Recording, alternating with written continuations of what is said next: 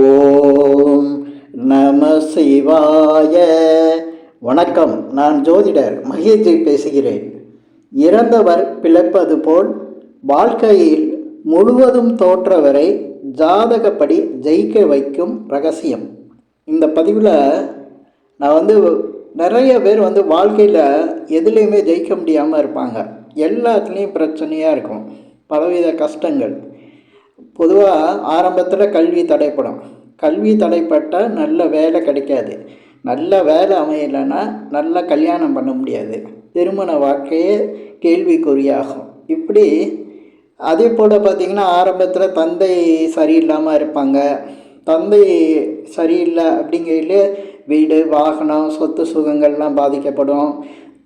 அதே போல் குடும்ப விஷயங்களில் கஷ்டங்கள் அதிகம் இருக்கும். இப்படிலாம் நிறைய பேருக்கு பிரச்சனைகள் இருக்குது. அது பலவித பிரச்சனைகள் இருக்குது. இதெல்லாம் நம்ம அது ஜாதகத்தில் இருக்கா அப்படிங்கிறத கூட பார்க்குறதில்ல. ஏன்னா ரொம்ப கஷ்டப்படும் போது எதையுமே நம்புறதில்லை. இந்த நம்பிக்கை போயிடுச்சுனாவே இன்னும் கூடுதலாக கஷ்டங்கள் ஆரம்பிச்சிடும். நிறைய பேருக்கு கஷ்டங்கள் என்னென்னா, அவருக்கு கஷ்டத்தை கொடுத்துக்கிட்டு இருப்பார். அதுதான் காரணம். அவருடைய ஜாதகத்தில் என்ன தான் இருக்குது, எப்படி செஞ்சால் இது சரியாக வரும் அப்படிங்கிறத யோசிக்கணும். நிறைய பேருக்கு ஜாதகத்தில் கிரகங்கள் சரியாக இருக்காது. கிரக அமைப்பு சரியில்லாமல் இருந்ததுன்னா ஒரு வாழ்க்கை நிலை அதுக்கு தகுந்த மாதிரி தான் இருக்கும். அதே போல் திசா புத்திகள், அதுக்கு கிரக நிலைகளுக்கு தகுந்த மாதிரி தான் திசா புத்திகளும் நடக்கும். அதே போல் கோச்சார ரீதியாக கிரகங்கள் நல்ல பலனை தரக்கூடிய நிலையிலேயும் நல்ல பலனை தர முடியாமல் போயிடும். ஏன்னா அவருக்கு ஜாதகமே சரியில்லை அப்படிங்கையில் கோச்சார ரீதியாக நல்ல பலன்கள் கொடுக்கும்போது கூட ஏதோ ஓரளவுக்கு நடக்கும். மற்றபடி பெருசாக வாழ்க்கையில் ஒரு தெருப்பு முனையை கொடுத்துறாது, வாழ்க்கை நிலையை மாற்றி அமைச்சிடாது. ஆனால் அந்த ஜாதகத்துக்குள்ளேயே அவருக்கான வாழ்க்கையை திறக்கக்கூடிய வழி இருக்குது. அவருக்கு நல்ல பாதையை காட்டக்கூடிய வழி இருக்குது. அவரையும் ஜெயிக்க வைக்க முடிங்கிறதுக்கு அந்த ஜாதகத்தில் வழி இருக்குது. அதனால தான் இறந்தவர் பிழைப்பது போல் அப்படின்னு சொல்லியிருக்கேன். இறந்தவர் பிழைப்பது போல் அப்படின்னு சொல்கிறது இன்றைக்கி காலத்தில் இது எப்படி நடக்கும், சாத்தியப்படுமா அப்படின்னு நினச்சிட்டு இருப்பாங்க. ஆனால் அது புராண காலத்தில் சுக்கராச்சாரியார் அந்த வேலையை செஞ்சார்.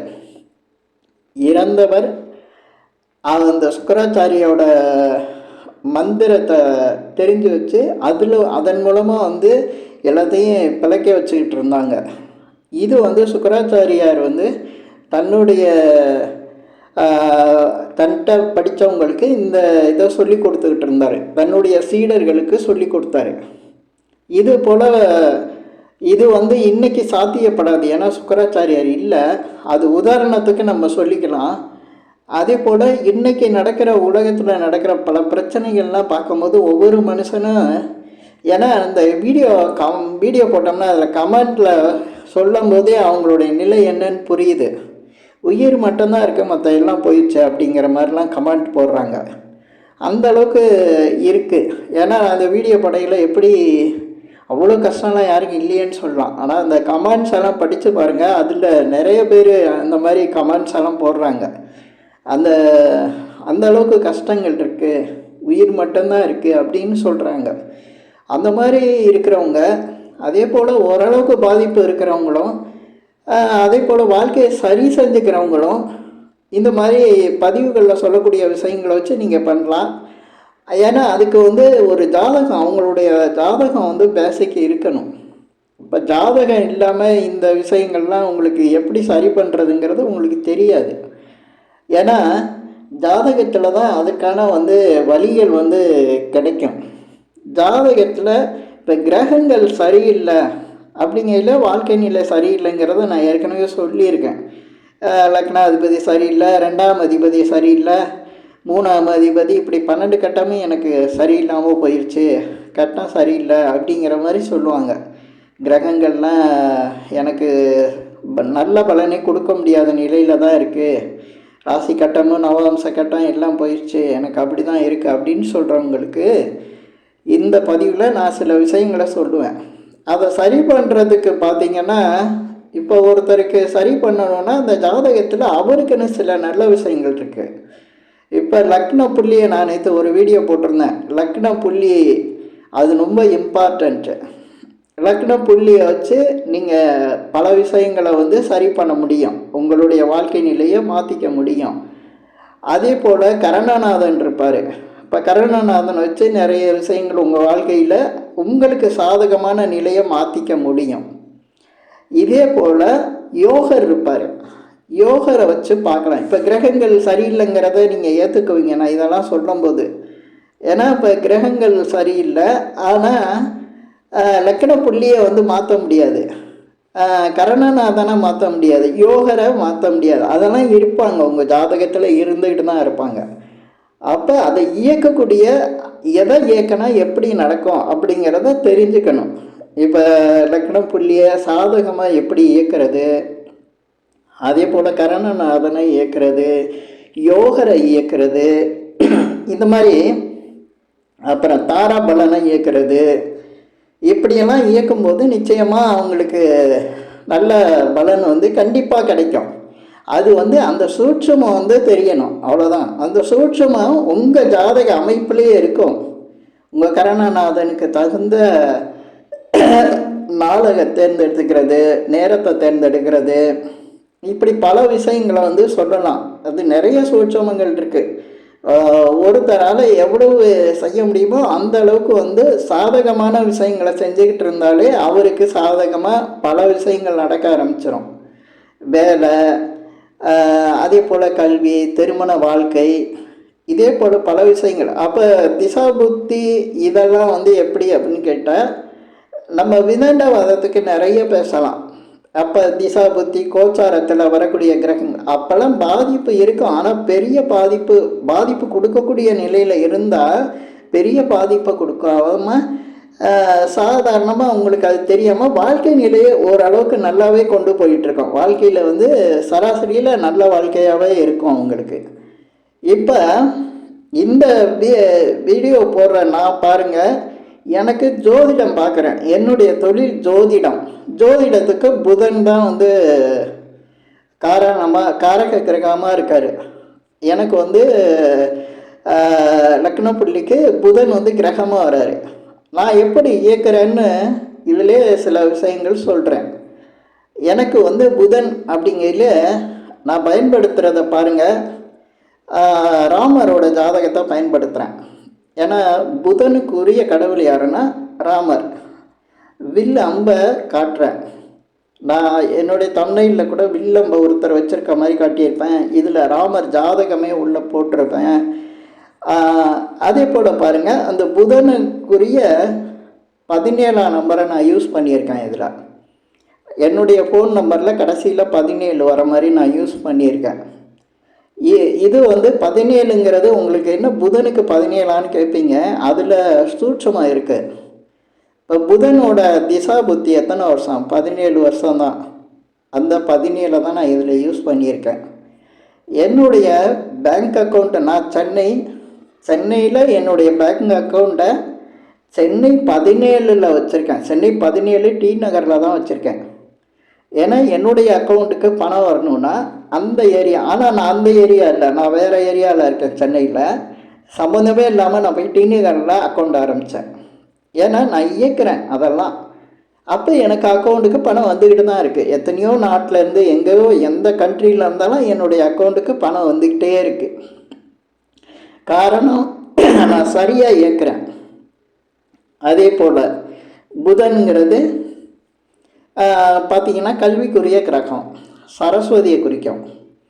நான் இந்த மாதிரி சரஸ்வதி உள்ள இடத்தெல்லாம் தேர்ந்தெடுத்து அந்த இடத்துக்கு போவேன்.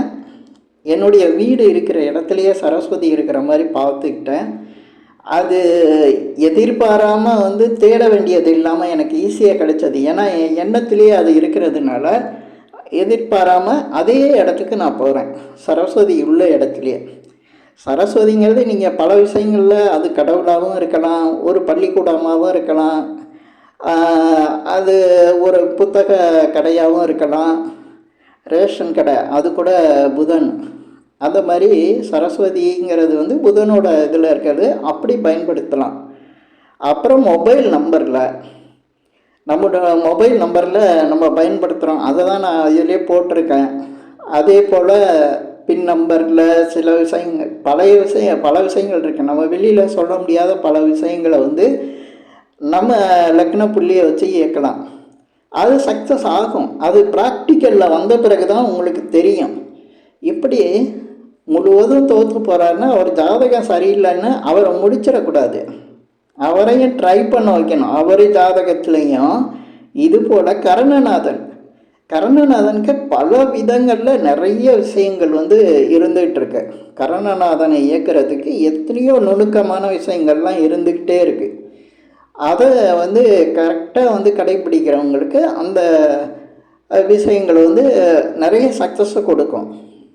அதே போல் யோகர், உங்களுக்கு யோகர் ஜாதகத்தில், யோகர்னால் என்ன நினச்சிக்கிறாங்க, 5, 9 கிரகங்கள் அப்படின்னு எடுத்துக்கிறாங்க. அப்படிலாம் கிடையாது. அது நாம யோகம்னு ஒரு இதில் நீங்கள் பிறப்பீங்க. அது கால்குலேட் பண்ணி வரையில் யோகர் அவயோகர் உங்களுக்கு கிடைக்கும்.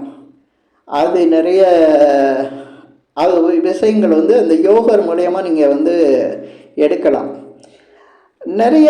அதே போல் நீங்கள் வந்து உங்களுக்கு எல்லார்கிட்டையும் போய் சில விஷயங்களை நீங்கள் கேட்பீங்க, உதவின்னு கேட்பீங்க.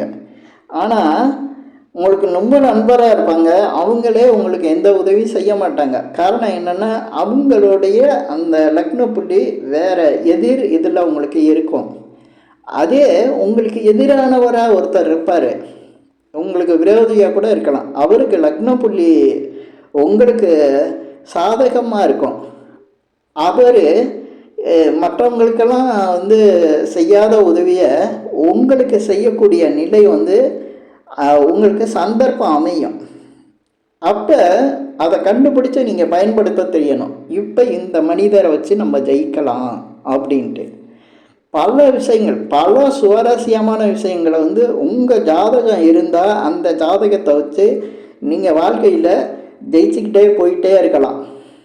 ஏன்னா ஜெயிக்கிறதுக்கு அவ்வளோ விஷயம் இருக்கையில் என்னென்னமோ தேடிகிட்டு இருப்போம், எதையோ தேடிகிட்டு இருப்போம்.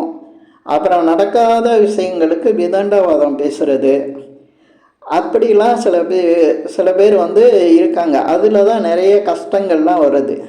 இப்போ நம்மளுக்கு வந்து இப்போ லக்ன புள்ளி கருணநாதனோட நட்சத்திரம், இந்த மாதிரி யோகரோட நட்சத்திரங்கள் சம்மந்தப்பட்டவங்களெல்லாம் நம்ம வந்து நம்மளுடைய நட்பில் வச்சுருக்கும் போது அவங்களோட சில பிரச்சனைகள் கூட இருக்கும். அதை வந்து நம்ம ஒரு எப்படின்னா நம்மளுக்கு சாதகமாக இருக்கிறவங்கள்ட்ட நம்ம எப்போவுமே விரோதம் வச்சுக்கக்கூடாது. அந்த சாதக நிலையை வந்து நம்ம லைஃபுக்கு பயன்படுத்துறதுக்கு பார்க்கணும். அதுதான் வந்து ஜாதகம் சொல்லக்கூடிய சூட்சும விஷயங்களாக இருக்கும். அப்படி பயன்படுத்த முடியாத ஒருத்தர் நம்மளுக்கு உதவி செஞ்சால் அவரால் நம்மளுக்கு பிரச்சனை வருது, பயன்படுத்த முடியாதுன்னா அதை விளக்கிடலாம். அது இல்லாமல் பல விஷயங்களில் பயன்படுத்தலாம். அதே போல் இந்த குரு சம்பந்தப்பட்ட கோயில்கள், இதெல்லாம் உங்கள் லக்ன புள்ளியை வச்சு நீங்கள் பயன்படுத்தினா ரொம்ப டாப்புக்கு போகும். எல்லா இடத்துலையும் போய் நிற்கிறதோட உங்கள் ஜாதகத்தில் இருக்கிற சாதகமான நட்சத்திரங்களை பயன்படுத்த ஆரம்பிச்சிட்டா மிகப்பெரிய சக்ஸஸை கொடுத்துரும். அதே போல் உங்களுக்கு பிடிக்காத சில விஷயங்கள் நடக்கும். பிடிக்காத விஷயங்கள்லாம், இப்போ நீங்கள் சொந்த வீட்டில் இருக்கீங்கன்னா சொந்த வீட்டில் பக்கத்தில் வந்து சில பிரச்சனைகள் இருந்ததுன்னா அந்த வீடு உங்களுக்கு அதிர்ஷ்டமாக இருக்கா இல்லையாங்கிறது உங்கள் ஜாதகத்திலே தெரிஞ்சிடும். அதை வந்து நீங்கள் சரியில்லைன்னா அதுக்கு சாதகமாக நீங்கள் எப்படி மாற்றிக்கணுமோ அதை மாற்றிக்கலாம். இல்லைன்னா அந்த கஷ்டங்களோடு நீங்கள் வந்து அதை எப்படி மெயின்டைன் பண்ணுறங்கிற விஷயத்தை, சூட்சமத்தை, ரகசியத்தை நீங்கள் தெரிஞ்சுக்கணும். இது மாதிரி பல விஷயங்கள் வந்து உங்களுக்கு ஜாதகத்திலே இருக்குது. உங்களுடைய ஜாதக அமைப்பு தான் உங்களை வந்து சில நேரத்தில் குழப்பம். கிரக அமைப்பெல்லாம் சரியில்லை, நம்ம இதை எதுவுமே செய்ய முடியாது, இப்படி தான் வாழ்ந்தாகணும் போல் அப்படின்னு நினைப்பீங்க. அப்படி கிடையாது. ஜாதகத்துக்குள்ளே பாருங்கள், இப்போ நான் சொன்ன லக்ன புள்ளி, கருணநாதன், இன்னும் தாராபலன் இருக்குது, யோகர் இருக்கார். இது சம்மந்தப்பட்ட விஷயங்களை நீங்கள் சரியாக இயக்க தெரிஞ்சிட்டிங்கன்னா மிகப்பெரிய அளவுக்கு சக்ஸஸ். அதே போல் நான் உதாரணத்துக்கு என்னுடைய லக்ன புள்ளியோட கிரகத்தை வச்சு நான் எப்படி பண்ணியிருக்கேன் அப்படிங்கிற விஷயத்தையும் நான் இந்த பதிவில் சொல்லியிருக்கேன். அது எனக்கு பெரிய சக்ஸஸ். அதுக்கு முன்னால் நான் சக்ஸஸ் பண்ணவே முடியலை. அதனால் இந்த மாதிரி விஷயங்கள் நீங்கள் தெரிஞ்சுக்கிட்டு உங்கள் ஜாதகத்தை இயக்கும்போது ரொம்ப சக்ஸஸ் ஆவீங்க. இப்போ இந்த பதிவில் நான் சொன்ன விஷயங்கள் உங்களுக்கு பிடிச்சிருந்தா ஷேர் பண்ணுங்கள், லைக் பண்ணுங்கள். அதே போல் இந்த சேனலுக்கு சப்ஸ்கிரைப் பண்ணுங்கள். என்கிட்ட ஜாதகம் பார்க்கணுன்னா மட்டும் கீழே இருக்க என் நம்பருக்கு கால் பண்ணுங்கள். நன்றி, வணக்கம்.